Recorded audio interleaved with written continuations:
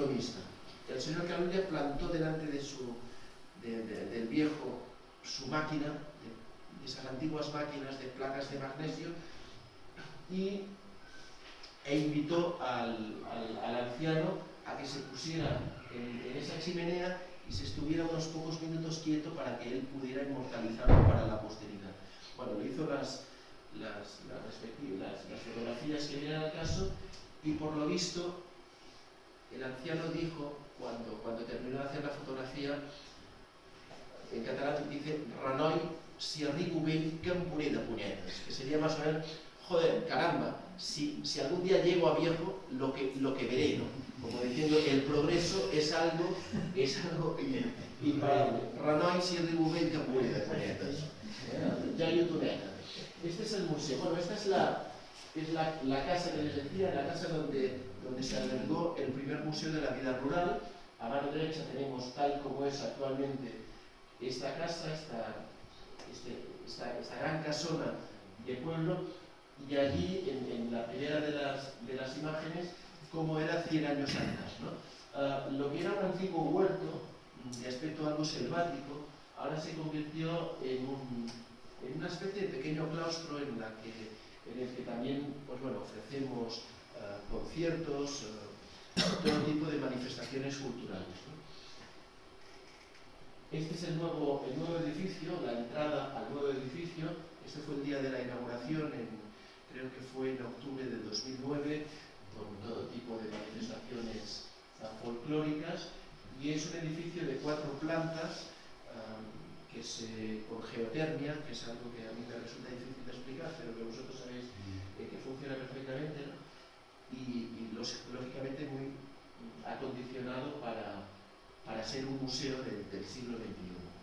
Bueno, lo que trabajamos en el museo, lo que trabajamos en el museo son valores, y cómo esos valores se han transmitido desde nuestros tatarabuelos hasta el día de hoy, ¿no? Lo que se intenta es dar cuenta de la evolución de la historia, pero sobre todo, a partir de esa nueva fase del museo en el 2009, cuestionar al visitante qué es lo que tenemos y hacia dónde vamos, ¿no? Y cómo muchas de las cosas que mis compañeros han puesto en el tapete, cómo las manejamos, es decir, cómo hacemos para que la despoblación de los pueblos no siga, ¿no? O cómo gestionamos los residuos, o cómo podemos hacer, o qué es lo que podemos hacer para que los recursos naturales no se agoten, como parece ser lo más lógico con el tute que le estamos dando al planeta, ¿no? Y eso se va estudiando sobre todo en la parte nueva, en la parte dedicada a la industrialización y la mecanización del campo. Bueno, son fotografías de actos que hacemos en el museo, más allá de ser un museo que muestra todo eso, y un museo yo creo que muy adecuado, sobre todo para los alumnos más jóvenes que poco saben del campo y que por lo tanto pues bueno, llegan muy vírgenes al museo. Más allá de eso, en una de las salas, la llamada prólogo, que es donde se ofrece el primer audiovisual que marca un poco el itinerario que van a hacer esos alumnos y los visitantes por el museo, esa sala se convierte también en una especie de pequeño auditorio en el que ofrecemos pues bueno, todo tipo también de actos culturales. Ahí está pues bueno, una presentación del libro de Espinars, que es un autor muy conocido en Cataluña, varias exposiciones que se han hecho y que se siguen haciendo, pues bueno, inauguraciones, etcétera, etcétera. Esta es una de las salas, la primera sala o una de las primeras salas es la dedicada a la que llamamos la sala de la agricultura, dedicada a los 3 cultivos por excelencia de Cataluña, yo creo que por ende de todo el litoral mediterráneo, ¿no? El cereal, los olivos y la viña.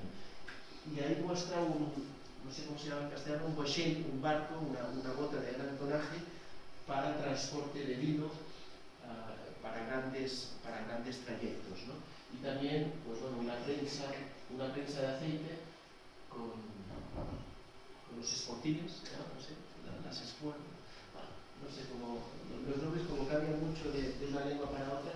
Bueno, son muchas de las piezas, digamos, históricas que se muestran en el museo y que cuenta de los sistemas de producción durante siglos. Esta sería la parte nueva. Si lo que veíamos en la anterior fotografía estaba en la parte, en el edificio histórico, el edificio antiguo, todos van a ser históricos algún día. Esta ya es la parte nueva en la que de algún modo se publicita o se informa sobre muchas actividades que tienen que ver con la agricultura actual. Esta es una instalación casi artística de orcas.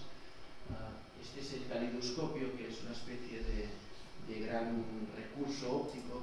Dani Freixas es aparte de un arquitecto, él empezó su carrera profesional siendo titiritero, o sea, fabricaba pequeños títeres con los que explicaba historias, era un cuentacuentos, y algo de eso queda en su capacidad por hacer unos museos que sean, pues bueno, partiendo de lo más pequeño y yendo hacia lo más grande, partiendo del microcosmos y apuntando hacia el cosmos o el macrocosmos, pues que den cuenta un poco de todas las posibilidades casi mágicas que a veces tenemos para explicar algo, ¿no? Alguna materia. Esta es una retroproyección acompañada de cuatro espejos que crean la ilusión de que tú estás viendo, estás contemplando la Tierra desde el espacio exterior, ¿no? Y en esa Tierra, en esa especie de gran esfera, se va proyectando una serie de eslóganes y de reflexiones sobre el mundo actual y sobre las dificultades que tenemos para conservar, para intentar ser agentes del progreso, pero a la vez que no nos cambiemos el planeta. Bueno, aquí varios temas distintos. Hay pues, antiguos trajes de la payasía o de los agricultores. Esta es una de las escaleras que lleva hacia una de las plantas en el nuevo edificio. Aquí el nuevo edificio visto, digamos, desde el edificio antiguo.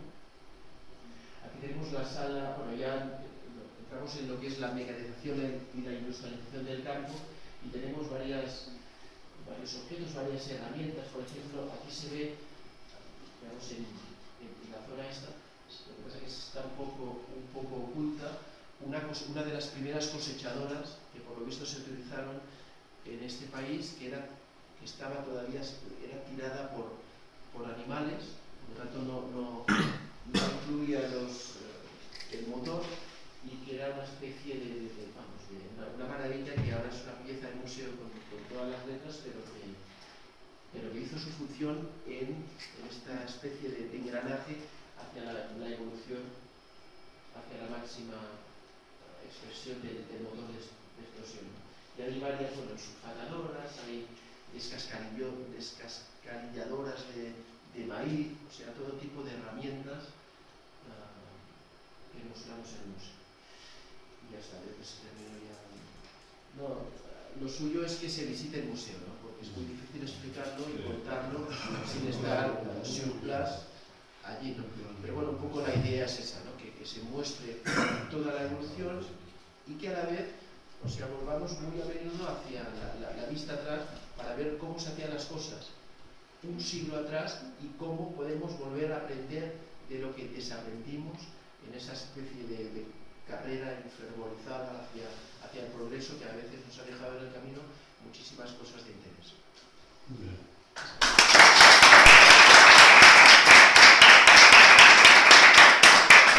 Bueno, pues después de estas 4 visiones sobre el tema, si queréis podemos dedicar un rato a las preguntas o abrimos un poco de debate entre agentes y de aclaración o de debate de nuevas propuestas. Y si no, a ir a directo de los comentarios. Hoy nos ha faltado una persona del Museo de las Terres de L'Ebre, que el antiguo Museo de Montsià, que es un museo que está aquí en Amposta y que es muy representativo de aspectos antropológicos y bueno, de todo tipo de aspectos, incluso de naturaleza, de estas piedras, y queríamos que viniera precisamente porque, coincidiendo con los interlocutores que hoy estamos aquí, uno de los motivos principales de hablar de todo esto era buscar esto, ¿no? complicidades que pueda haber entre el mundo de la museología, el conocimiento, la recuperación de ese tipo de información sobre cómo era la agricultura, cómo era la vida rural, y el sector que intentamos pues, ponerlo en marcha con finalidades turísticas, de producción de alimento y ambientales, ¿no? Es decir, y esto, claro, en el marco de biosfera nos parece una idea adecuada. Eso es lo que quizá yo podría preguntaros, porque claro, nosotros en el Delta tenemos muy claro que con el valor se pueden hacer cosas. Lo hemos probado, y ahora sencillamente estamos intentando desarrollarlo al máximo, a ver hasta dónde llega, no sabemos hasta dónde llega, ¿no? Pero en las tierras hay ahora otros cultivos muy interesantes, ¿no? Como antes hemos hablado, ¿no? El olivo, los frutales, la miel, etcétera, la viña, etcétera. ¿Existen posibilidades reales, sería mi pregunta, de desarrollar proyectos turísticos, gastronómicos, etcétera, alrededor de la agricultura tradicional, enseñando a todos cómo se hacían y potenciando la creación de estos productos gourmet, ¿no? que puedan llegarse a vender a unos precios muy interesantes y dando pie también a recuperar esta gastronomía que también se ha perdido de cierta manera. Es una pregunta que no sé, quizás ya nos puede explicar dentro de su ámbito, pero quizá con otra persona conozca.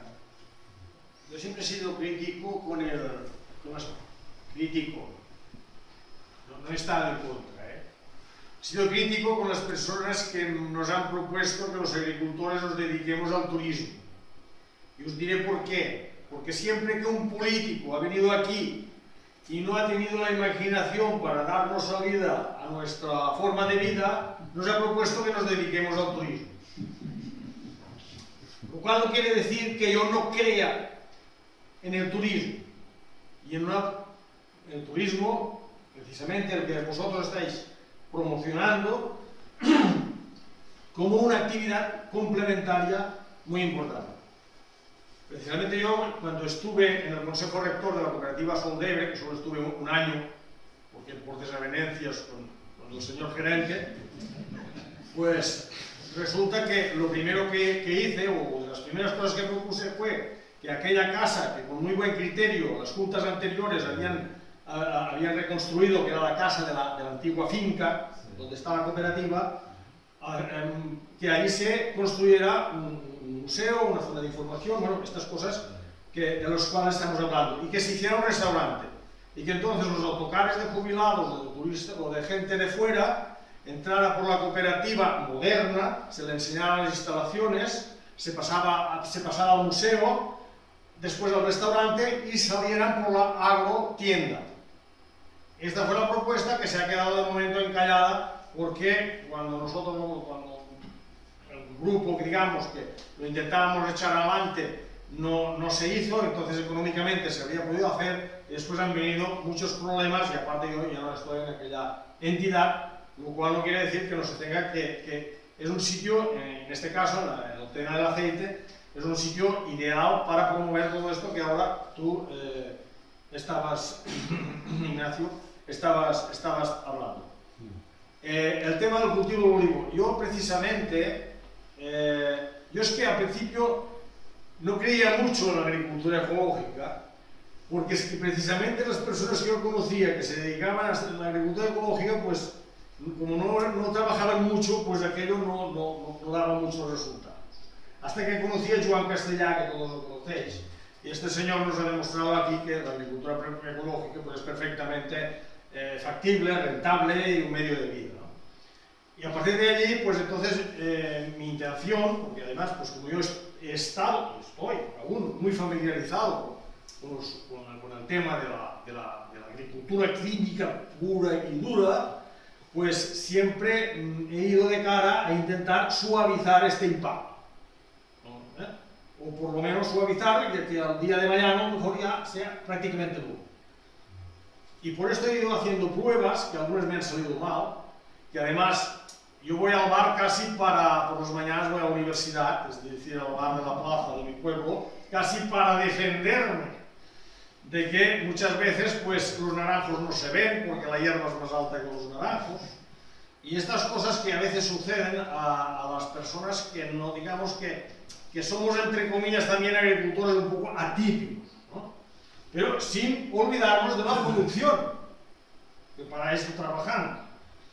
Entonces, ¿qué ha pasado? Han pasado varias cosas.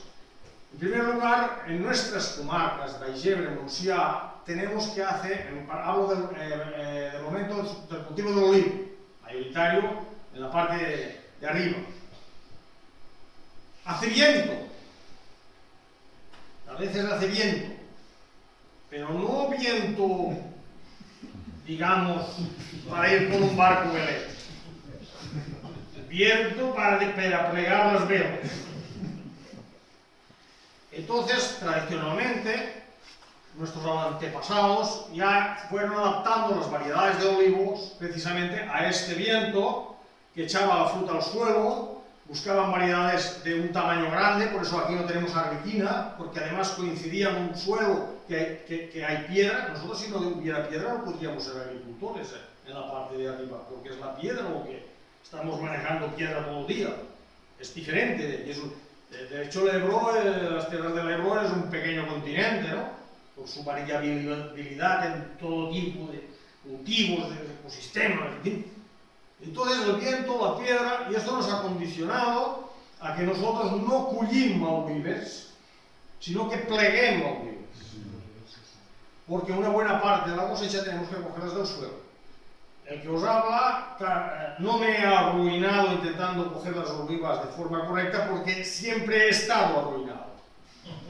O sea, no me he podido arruinar, pero si no casi me habría arruinado comprando máquinas, trabajadores, etcétera, etcétera, para coger un fruto de la máxima calidad posible. Este año, por ejemplo, sería difícil, pero hay muchos años que es posible, para que luego los molinos, las cooperativas, los vendedores de aceites en grandes digamos, volúmenes, no nos valoren el esfuerzo.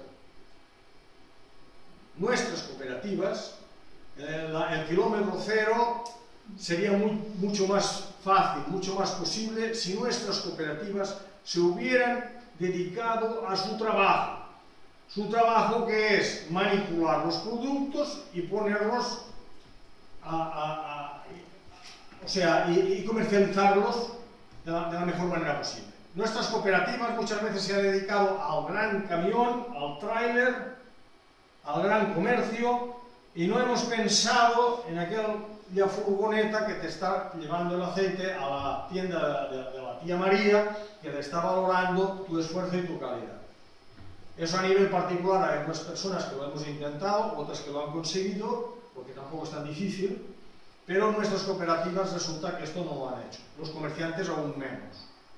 Y por lo tanto, yo pienso que sí que es posible que una parte de este aceite, nuestro aceite, tiene una personalidad propia, ni es mejor ni es peor que otro, es diferente. Y el aceite, cuando hacemos las cosas bien, te salen unos aceites que a la gente les gusta, no solo a la gente de aquí, sino que desde aquí hasta el sur de Francia puedes ir con la cara muy alta con el aceite tradicionalmente llamado de Tortosa, que es Tortosa, norte de Castellón, se llama de Frasbo, en fin, todas las tierras del Ebro, etcétera, etcétera. Por lo tanto, después, lo que os decía, el tema de la técnica agrícola, he ido probando cosas. Yo pienso que si lográramos un mercado adecuado, se podría gastar mucho más dinero en hacer este tipo de agricultura mucho más sostenible. Pero resulta que la práctica nos ha llevado, yo lo he probado muchas veces con mi hermano, ¿cuál ha sido la técnica moderna a la cual el agricultor el agricultor de secano, el agricultor de la garriga, se ha adaptado mejor a los herbicidas y al nuevo cultivo, no cultivo, que no es un nuevo cultivo, sino que es no cultivo con herbicidas. Yo hago un nuevo cultivo con herbicidas a los olivos y almendros y naranjos, y ya lo tengo claro que no toco la tierra ni he hecho nada. El olivo, ¿por qué nos hemos adaptado tan bien? Porque como tenemos al señor viento, si tenemos la tierra limpia, que es una salvajada, la tierra limpia, bajo bajo el punto de vista no solo medioambiental, sino agrícola, pues no se va a bajar. Pero es que yo he visto que mi padre había llegado a perder el 30% de cosecha, por no tener la tierra adecuada al momento en que el señor viento sopla, que no sabes cuándo sopla. A partir de primeros de octubre puede soplar cuando le dé la gana, o en septiembre te puede pegar una pedregada cuando el olivo ya de la aceituna te lleva un 10 o un 14% de aceite y echártela en el suelo y la cheruga y entonces lo único que tienes que dices al olivo come que de lo tuyo comes, porque le has dejado la aceituna. Entonces, por esto ha avanzado tanto este sistema. En cuanto a la recolección, en años normales se puede recoger una gran cantidad de producto del árbol, pero entonces esto hay unos costes, y si nadie te defiende el precio, ¿el resultado cuál es? Ya caerán, las recojo por el suelo, daros cuenta. Yo ahora no tengo aquí ningún compañero de la parte, digamos, de arriba, que solo cogen prácticamente el 80-90% de aceitunas se coge del árbol y el 8, 10 o 15% del suelo, al contrario de nosotros, pero nosotros estamos cogiendo aceitunas a un precio baratísimo. De tal manera que 3 personas te llegan a, no siempre, pero te pueden llegar a recoger 7.000 kilos de aceituna al día. Entonces esto no se puede comparar. Cuidado, con 3 personas podríamos recoger también pues, 2 o 3.000 kilos de aceitunas del árbol, pero tienes que hacer una inversión y unos jornales. Si se valora el producto, por supuesto, esto tiene que ir acompañado. Si se valora el producto, desde luego es técnicamente posible hacer las cosas bien. Y en cuanto a naranja, lo mismo. Pero para esto hemos de tener una transferencia de tecnología. Tendríamos que tener el IRTA, que junto con nuestras cooperativas y con nuestras agrupaciones de defensa vegetal, en lugar de experimentar solo lo bien que se vive pagando los agricultores y los ciudadanos, hagan transferencia de tecnología y trabajen. Porque parcelas para hacer pruebas, para hacer demostraciones, para eso no les hace falta, porque siempre hay agricultores dispuestos a colaborar. Incluso agricultores que por nuestra parte, conscientes de no ganar tanto dinero, también lo hacemos. Pero lo ideal sería que esos técnicos lo coordinaran. Ahora técnicos hay, pero como os decía antes, esos técnicos se dedican a llenar papeles y a fiscalizarlos, como si fuéramos todos niños malos. Yo, sobre el tema, yo creo que voy entendiendo el debate que se plantea. Creo que tiene como dos miradas, ¿no? Por eso al principio yo decía, vamos a hablar de agricultura tradicional, pero cuidado, no olvidemos que también la agricultura es una economía y hay que vivir de ello, ¿no? He hecho esta advertencia porque una cosa es hablarlo a escala global o a gran escala, entonces hay que plantearse realmente la viabilidad ambiental, social, ecológica, económica de la agricultura con otros procedimientos alternativos a la agricultura hiperquímica actual, ¿no? Eso sería un debate, esas cosas. Y lo otro es analizar las posibilidades de la agricultura tradicional como recurso turístico o como recurso para la interpretación, que ahora ahí es donde yo quiero decir. Entonces, lo digo para clarificar, o sea, es que un debate es el que plantea Josep diciendo cuidado porque todo esto conlleva toda esta problemática, y el otro debate es decir, igual que hemos utilizado los pájaros, las plantas y el patrimonio histórico como recurso turístico, podemos también elaborar productos turísticos a partir de las actividades tradicionales, en este caso de agricultura. Por supuesto, la actividad tradicional es patrimonio, no es patrimonio como es otro tipo de patrimonio inmobiliario. Este es un patrimonio que además puede ser muy dinámico. Yo lo único que le pido al producto turístico que se elabore en base a la actividad tradicional es que tenga unas cualidades. Una es que sea honesto. Y en eso quiero decir que lo que no podemos es bajo el paraguas de que es la agricultura tradicional, pues vender según qué. No, vamos a ser honestos y vamos a a vender realmente lo que vendemos y ofrecer realmente lo que ofrecemos. Creo que es el caso de lo que estáis intentando hacer. Y otro es que sea interpretativo. Y ahora esto lo intentaré explicar. Yo siempre digo a Polet que es el mejor intérprete del Delta y él no lo sabe. Y para mí es verdad.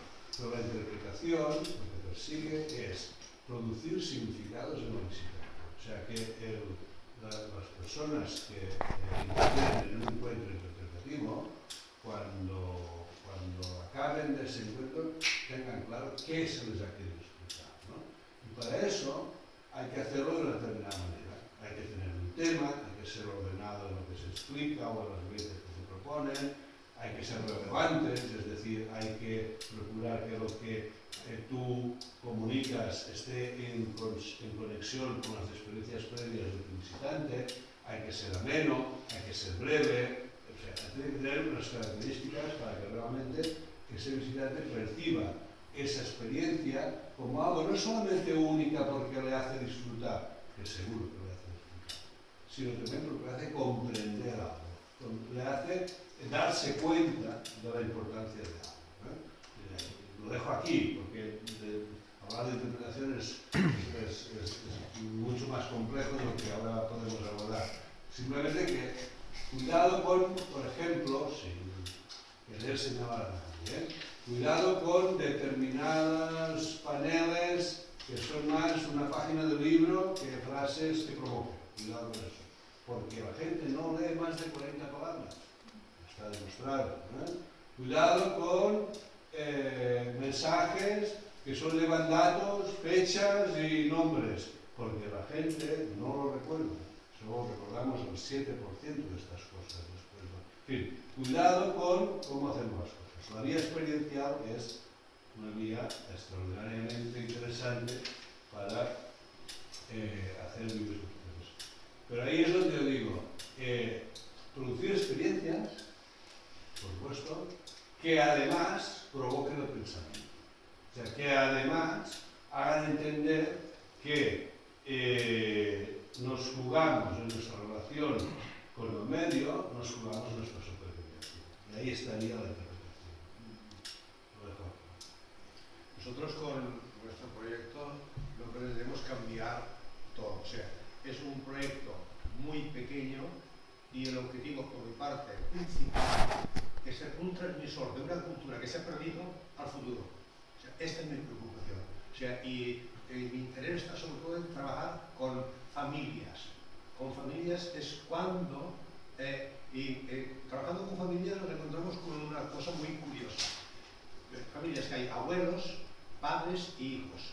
Los abuelos saben lo que digo, los padres no se enteren y los hijos lo dan en sociales.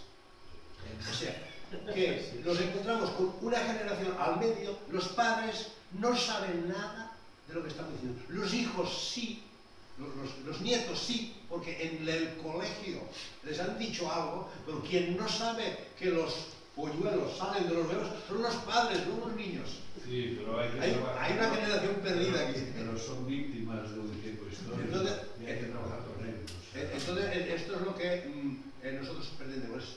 Es que esta cultura, o sea, no entendemos la cultura no con la hoz que está en el museo, que tiene que estar en el museo también, sino que con el herrero que hace aún la hoz.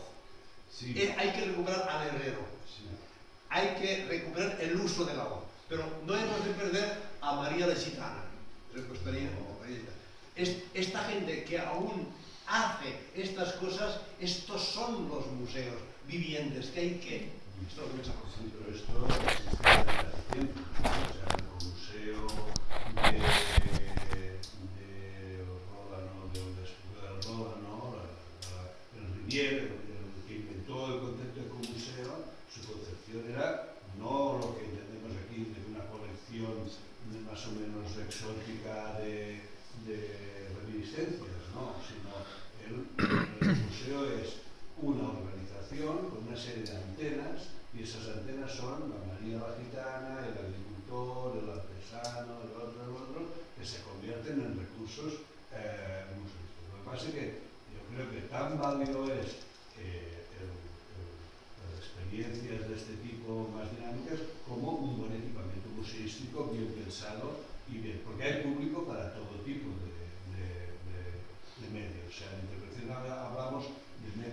personales y medios no personales.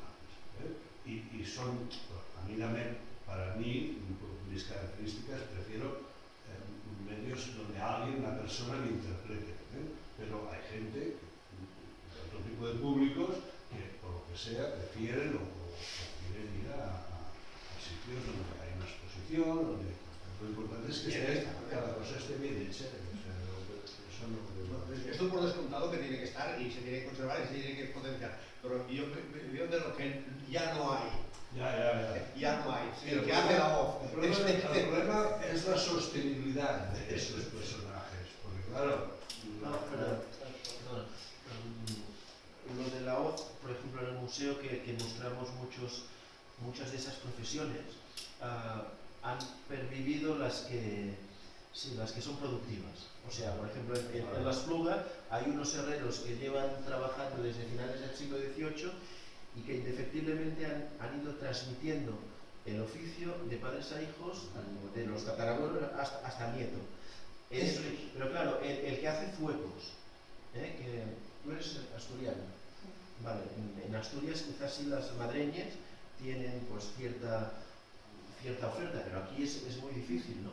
Había no sé cómo es, no es clupé, un alpargatero es el que trabaja en la alpargata, el que hace los zuecos, tiene un nombre, un almadreñero, que es un almadreñero.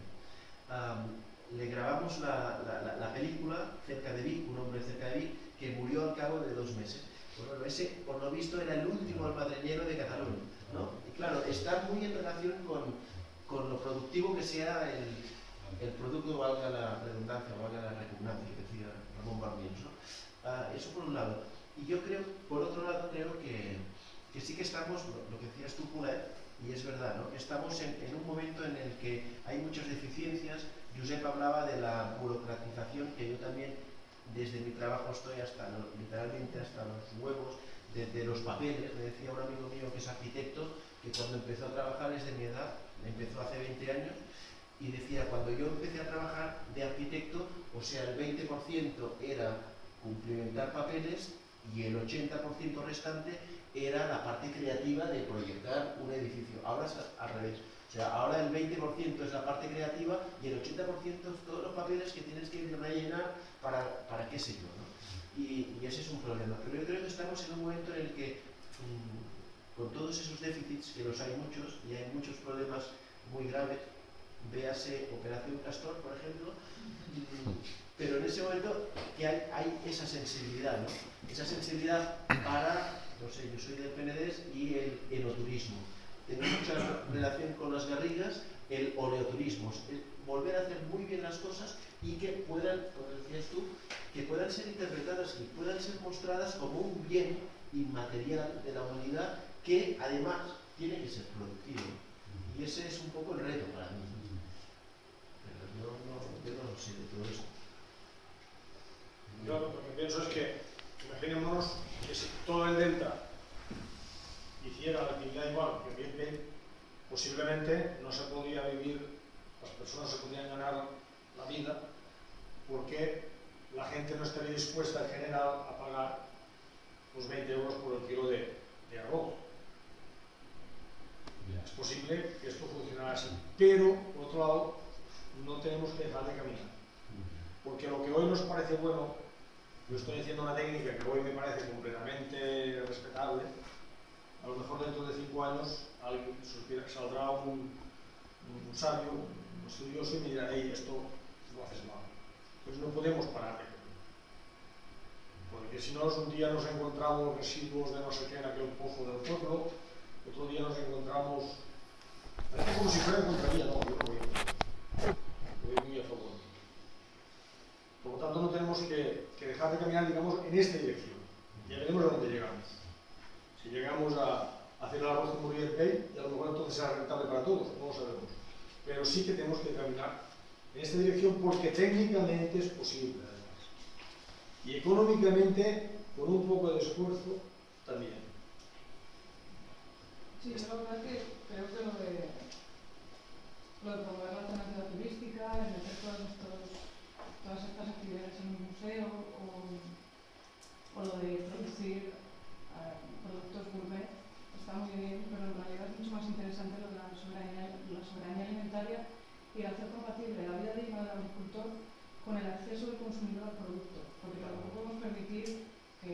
productos de necesidad básica, como el consumidor, alcanzan unos precios limitados.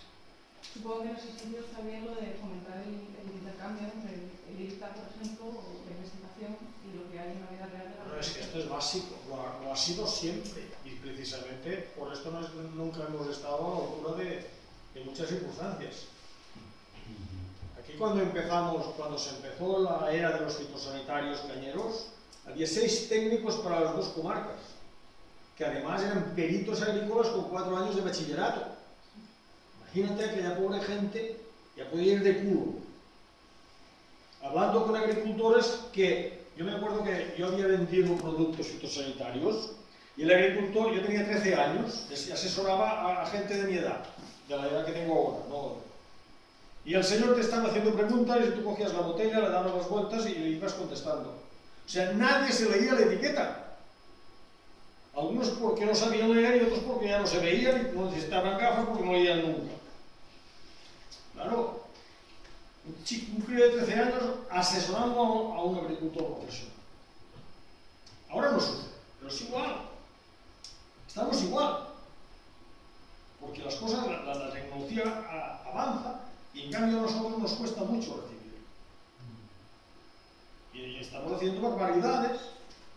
Los calendarios de tratamientos es algo que, claro, que no está en el mundo este, a lo mejor no se da cuenta. No, es que tengo que sulfatar para no sé qué. A ver, vamos a ver, pero tú lo tienes el bichito este, no lo sé, es tiempo de esto, hombre, vamos a ver. Y entonces, ¿dónde están los técnicos? Coño, que las universidades... Yo cuando estuve en la tercera promoción, que no acabé porque, claro, yo no podía acabar porque de ingenieros técnicos agrícolas había sido la tercera promoción. Había 120, 130 o 140 alumnos en Lleida. Ahora hay... ¿Cuántas promociones de 1000 alumnos o de 500, yo que sé cuántas carreras se han hecho? ¿Y qué están haciendo esta gente? No lo sé. Muchos están cobrando pagando yo. No sé lo que están haciendo. Pero si no hay una transferencia de tecnología, yo no puedo investigar, yo no puedo... Cuando yo me fui de la escuela, no sé si os habéis dado cuenta los que sois de fuera, que estas tierras nuestras, bueno, claro, en el delta no se ve tanto, pero si veis a Tortosa, veréis que es una olla. Casi no, las montañas no nos dejan ver el horizonte. Entonces digo, yo me voy a poner en este hoyo y no me voy a enterar de nada. Y empecé a suscribirme a revistas, hasta 2 de lengua inglesa. No puedo leer 6 revistas al mes yo, que yo tengo mi trabajo. Tienen que ser otros señores los que hagan ese trabajo. Si no hay transferencia de tecnología, no hay nada. Parece, digamos, agricultura tradicional, de acuerdo, pero como más tradicional hagamos, más tecnología necesitamos y más información. O sea, el nivel técnico, como más tejes de la naturaleza solo, tú tienes que formarte más. Porque si no resulta que haremos un tratamiento para aquel animalito y resulta que aquel es el que nos tiene que salvar. Y para esto se necesita eso, formación al agricultor y formación a los técnicos y que los técnicos trabajen, no que llenen papeles ni que me denuncien cada 3 días porque no sé qué pasa en el tractor. Es así. Bueno, yo creo que queda claro que tenéis que hacer un nuevo debate sobre el tema del acceso a los alimentos, del futuro de la agricultura y de un debate importante, ¿no? Pero bueno, me imagino que también hoy como celebración del festival del FAN, ¿no? La idea es ver también estas experiencias que os habéis mostrado, que creo que son muy interesantes. No sé si hay alguna pregunta más y si queréis que demos por cerrado ya el debate. Yo creo que yo al menos lo he aprendido, lo he pasado bien y espero que vosotros al menos no nos hayamos aburrido de todo y nada, que esté buena la paella, ¿no? Bueno, pues muchas gracias por vuestra asistencia. Mañana tenemos una cantidad increíble de actividades para el público, con alineamiento, con construcción de paredes de barro y paja y cañas, con el zangueo dentro de la basada del caballo, el barquito para que puedan subir los niños, unos talleres que hemos montado Alberto de mostrar cómo con distintas herramientas se asemejan a cómo las aves comen, de manera que podrán con unas pinzas buscar gusanos entre la arena, gusanos de plástico en este caso no, pero ¿Y podrían el guía quién es? ¿El nieto de Puig? ¿cómo? No, el guia és el teu net, no? El guia de tot això local. Sí, dentro de poder se meter dentro, no, es No, ya hace frío, Yo emprendí esto, a mí no me escuchaba nadie, me han escuchado ellos. Y ahora mis dos hijos trabajan en esto. Sí, Ahora ¿verdad? ellos, mis hijos. Y si queréis ahora afuera hay una garba, una fals, o sea, están todos los instrumentos que utilizamos con el cultivo de arroz por afuera, caben todos en el maletero de mi coche y ahora os explico por encima de todo cómo funcionan si queréis y os doy a cada uno 3 espigas de arroz con capacidad germinativa a 1000 años, mientras estén en seco y tal, y os recomiendo de que las tengáis siempre accesibles al salir de casa para en caso de emergencia, por lo que sea, cojáis las 3 espigas. No para comerlas, porque es semilla. La batalla en un futuro es tener semillas. No habrá semillas. En pocos años los transgénicos lo van a inundar todo. Y van a ser las multinacionales las dueñas de la comida. Entonces guardar las espigas por si necesitan. Caso de que no las necesitéis. Lo que hago yo, tengo mi testamento que me encierran con las semillas que tengo guardadas. Actualmente se están descubriendo en tumbas antiguas auténticos tesoros, no en oro, en semillas que se han perdido. Las tumbas son los lugares ideales para guardar semillas.